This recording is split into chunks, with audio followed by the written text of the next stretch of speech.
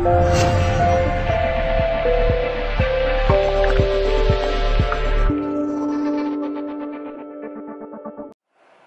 everyone, welcome to Pilgor's Aquatic Adventures. This is Pilgor, or Ben, and today I'm going to talk about rock and aquascaping. So first off, I'm going to talk about this whole debate on dry versus live rock. They both have their plus and minuses. I just sort of want to give you my take on it and why I chose dry rock. So first off, live rock is awesome. It has living creatures, copepods, algae sometimes, even sometimes there are corals on it. And it's great when a tank's first starting, to actually get some movement, because in this tank, there's not going to be any movement until I add some corals or some fish. And that's honestly okay with me, because one of the downsides I found with live rock is that over time, maybe some of the stuff that you didn't see initially ends up taking over the tank, like an algae or something like that. And to me, it's just not worth introducing those things into the aquarium in the beginning. What's so nice about dry rock is that you control what goes into the aquarium. So I control what I put in here. There's nothing, we're starting from scratch. So no foreign algae or anything are going to take over unless I somehow miss a step when I'm adding frags or something like that. So nothing really bad can be introduced from the rock at this point. There's sort of a whole debate that I've seen, well, do these rocks leach phosphate?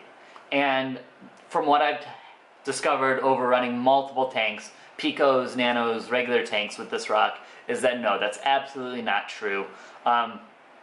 In events where you're running an aquarium with very high phosphate levels, like unacceptably high phosphate levels, there's a chance that it will soak in and will leach back out over time. But phosphate will not leach out of this rock when it's fresh like this. So basically that's the reason why I'm choosing dry rock. Again, yeah, it's kind of really white and all that stuff, but over time, over months, it will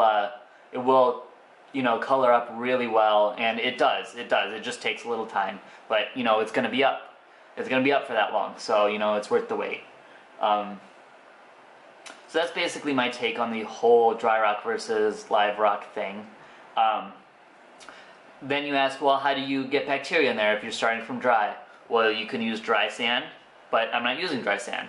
So I will go to maybe a local fish store, or I have another tank here that I'm going to help seed, put some water in there, and it'll, the bacteria will spread and colonize, and it'll do it that way. So bacteria is not an issue.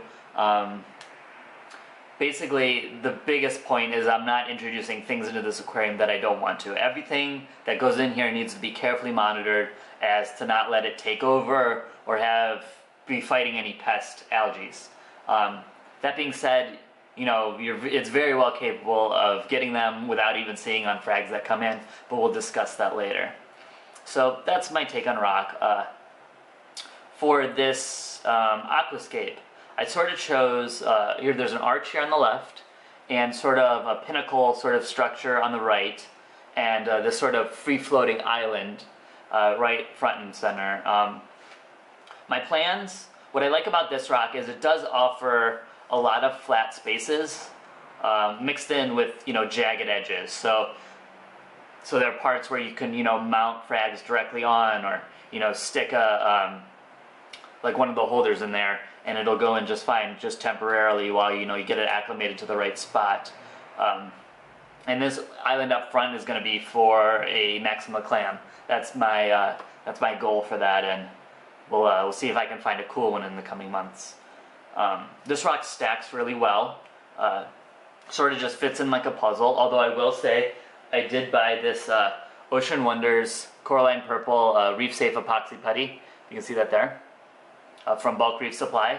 I'm going to glue this together because it's not necessarily stable right now, and I definitely don't want things falling over, because sort of a bad thing about this rock, not really bad, but a thing about this rock is if you move it at all, it is impossible to get the aquascape back to exactly the way you had it and the way you liked it. So that's why I built it in the tank. I had it built on the floor over here, and then I moved it over to the tank, and it doesn't even look like it was on the floor.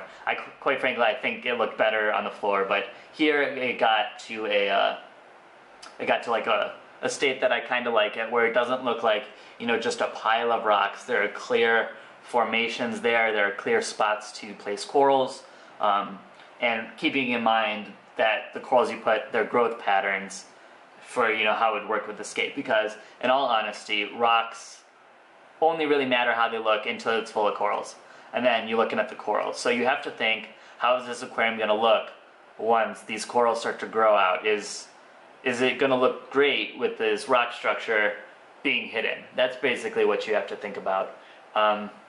There's this great thread on Reef Central about aquascaping. It talks about the rules of thirds, it talks about the color wheel. I'm going to link it in this video right here, and it's going to be in the description.